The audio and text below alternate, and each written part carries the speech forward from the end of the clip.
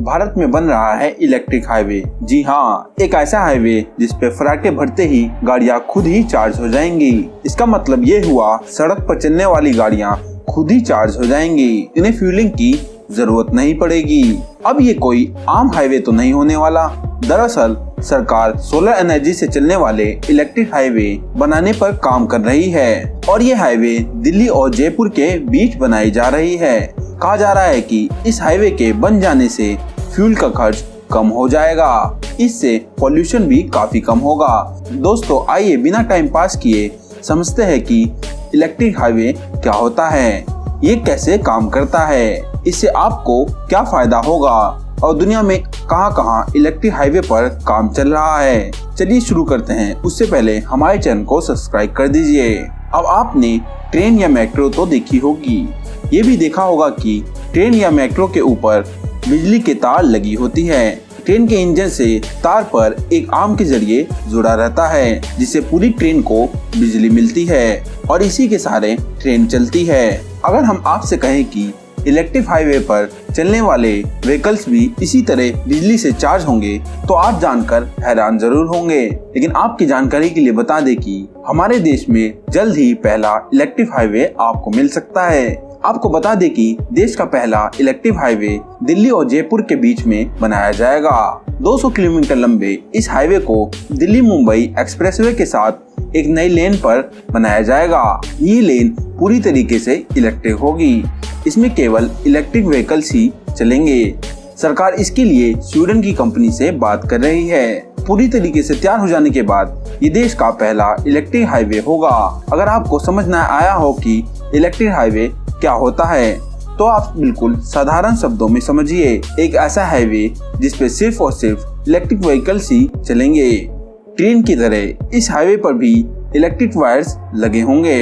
Train track की तरह इस हाईवे पर इलेक्ट्रिक वायर्स भी लगाए जाएंगे। हाईवे पर चलने वाले व्हीकल्स को इन हाईवे से इलेक्ट्रिसिटी मिलेगी। ऐसे ही हाईवे को इलेक्ट्रिक हाईवे कहा जाता है। इस हाईवे पर इलेक्ट्रिक वाहनों को चार्ज करने के लिए थोड़ी थोड़ी दूरी पर चार्जिंग पॉइंट भी होंगे। अगर आप सोच रहे हैं कि ये काम कैसे करता है तो ये भी समझ लीजिए। दरअसल दुनिया में 3 अलग अलग टेक्नोलॉजी हाईवे के लिए इस्तेमाल की जाती है। Pantograph model, conduction model, induction model. इन मॉडलों में सड़कों के ऊपर एक तार लगाया जाता है जिसमें बिजली दौड़ती रहती है, लेकिन इस जुड़ाव के जरिए इस बिजली को व्हीकल में सप्लाई किया जाता है। ये इलेक्ट्रिसिटी डायरेक्ट इंजन को पावर देती है या फिर व्हीकल में लगी बैटरीज को चार्ज करती है। वहीं कंडक्शन मॉडल में सड़क के अंदर तार लगा होता है जिस पर पेंटोग्राफ टकराता हुआ चलता है। इसमें व्हीकल के पिछले हिस्से में पेंटोग्राफ लगा होता है तो सड़कों पर बिछे बिजली की तार से एनर्जी लेता है, जबकि इंडक्शन मॉडल में किसी तरह के तार का इस्तेमाल नहीं होता। यहाँ इलेक्ट्रोमैग्नेटिक करंट के जरिए व्हीकल को इलेक्ट्रिसिटी सप्लाई की जाती है। इसका इस्तेमाल ज्यादा नहीं होता है। दोस्तों आपको बता दें कि फिलहाल इंडियन रेलवे में पेंटोग्राफ मॉडल इस्तेमाल में लाया जा रहा है। वहीं माना ये भी जा रहा है कि हाईवे के लिए पेंटोग्राफ टेक्नोलॉजी का ही इस्तेमाल किया जाएगा, क्योंकि भारत सरकार इसके लिए स्वीडन की कंपनी से बात कर रही है और स्वीडन में इसी का इस्तेमाल किया जाता है। दोस्तों वैसे स्वीडन और जर्मनी में जो इलेक्ट्रिक व्हीकल इस्तेमाल होते हैं उसमें हाइब्रिड इंजन होता है, यानी वो इलेक्ट्रिसिटी के साथ साथ पेट्रोल डीजल से भी चल सकते हैं। इसमें व्हीकल्स को एक जगह से दूसरी जगह तक ले जाने में खर्च कम लगेगा। सेंट्रल मिनिस्टर नितिन गडकरी जी ने बताया है कि हाईवे में लॉजिस्टिक कॉस्ट 70% तक गिरावट आ सकती है। फिलहाल चीजों की कीमतों में बढ़ोतरी एक बड़ी वजह ट्रांसपोर्ट कॉस्ट भी है। ऐसे में अब ट्रांसपोर्ट कॉस्ट में कमी आएगी तो चीजें सस्ती हो सकती है। ये हाईवे पूरी तरीके से इको फ्रेंडली होगा।